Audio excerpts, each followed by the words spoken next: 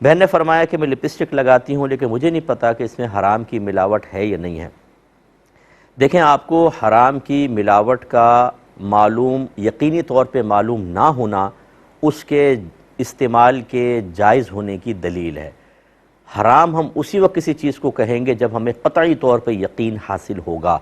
اور قطعی یقین کیسے حاصل ہوگا؟ کہ نجاست کو ملتے ہوئے آپ نے اپنی آنکھوں سے دیکھا ہو، خود کارخانے میں جا کے ملتے ہوئے دیکھا ہو،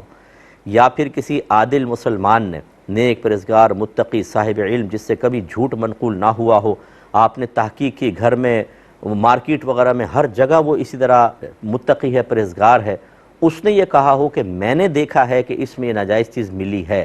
تو اس کا دیکھ کر خبر دینا ایسے ہی ہے جیسے آپ نے خود دیکھا ہو۔ یا وہ اس میں اسمیل وغیرہ ایسی آ رہی ہو کسی گندگی کی، خراب چیز کی، کوئی ایسی چیز آپ یوز کر رہے ہیں کہ نجاست کا اثر اس میں ظاہر ہو رہا ہو، تب ہوتا ہے۔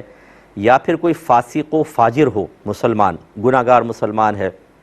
یا ایسا مسلمان کہ اس کا ظاہر تو شرع کے موافق نظر آئے لیکن آپ نے تحقیق نہیں کی کہ واقعی یہ متقی پرہیزگار بھی ہے کہ نہیں، اسے کہتے ہیں مستور الحال، یعنی جس کا حال پوشیدہ ہو، پوری حال واضح نہ ہو۔ اگر یہ فاسق فاجر مستور الحال کہیں کہ ہم نے دیکھا ہے اس میں نجاست ملی ہے، تو اس میں تحری واجب ہوتا ہے، واجب ہوتی ہے، یعنی دل سے غور و تفکر کریں کہ سچ کہہ رہے ہیں کہ جھوٹ۔ اگر ان کا سچ غالب نظر آئے کہ یہ سچ کہہ رہے ہوں گے، دل گواہی دے رہا ہے، تو بھی اس کا استعمال منع ہو جاتا ہے۔ یا کفار کی ایک بہت بڑی جماعت جو مختلف لوگ مختلف سٹیز کے اندر، کنٹریز کے اندر رہتے ہوں، اور وہ ایک بڑی جماعت خبر دے رہی ہو کہ ہم نے دیکھا ہے اس میں نجاست ملتے ہوئے، اور وہ جماعت بھی ایسی ہو کہ ان کا آپس میں ملاقات نہیں ہوئی کہ جھوٹ پہ اتفاق کر لیں، تو بھی ان کی خبر کا اعتبار ہو سکتا ہے، لیکن جبکہ وہ دیکھ کے کریں۔ یہ ذرائع ہوتے ہیں جن سے آپ کسی چیز کے اندر حرام کی ملاوٹ کا یقین حاصل کرتے ہیں، اس کے بعد پھر آپ کو استعمال نہیں کرنی چاہیے۔ باقی رہا غیر مسلم کی خبر دینا، یا خود کمپنی نے لکھ دیا ہو کہ اس میں ہم نے حرام کی ملاوٹ کی ہے، تو یہ جو حرام حلال پاکی ناپاکی کے مسائل ہیں، ان کو دیانات کے مسائل کہتے ہیں، اور اس میں کافر کی خبر کا کوئی اعتبار نہیں ہوتا۔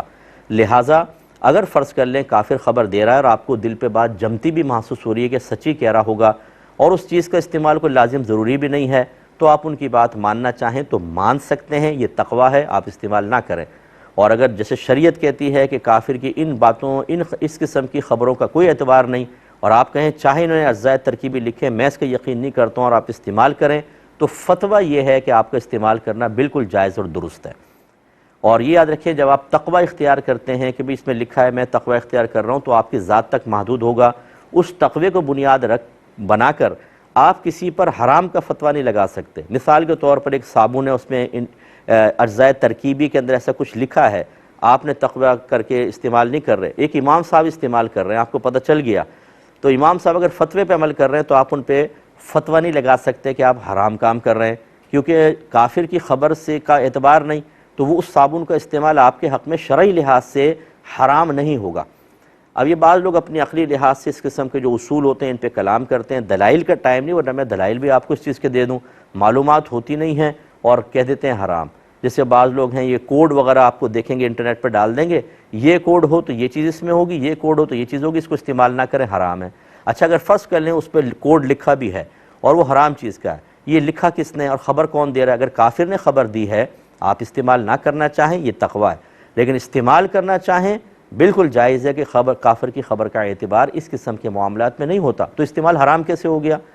اب اس کو حرام کہنا، یاد رکھیں یہ حرام ہے، اور ایسے لوگ گناہگار ہوں گے۔ لہٰذا اگر آپ دین کی خدمت کرنا چاہتے ہیں ضرور کیجئے، لوگوں کو حرام سے بچانا چاہتے ہیں ضرور بچانے کی کوشش کیجئے، لیکن پہلے خود شرعی اصول سیکھیں۔ اگر آپ اصول سے ہٹ کر کرنے کی کوشش کریں گے اور اس کو تقویٰ سمجھیں گے، بعض اوقات شیطان آپ کو استعمال کر کے اور تقوی کے رنگ میں آپ سے حرام کام کروا دے گا، اور بروز قیامت آپ کو اس کا حساب و کتاب دینا ہوگا۔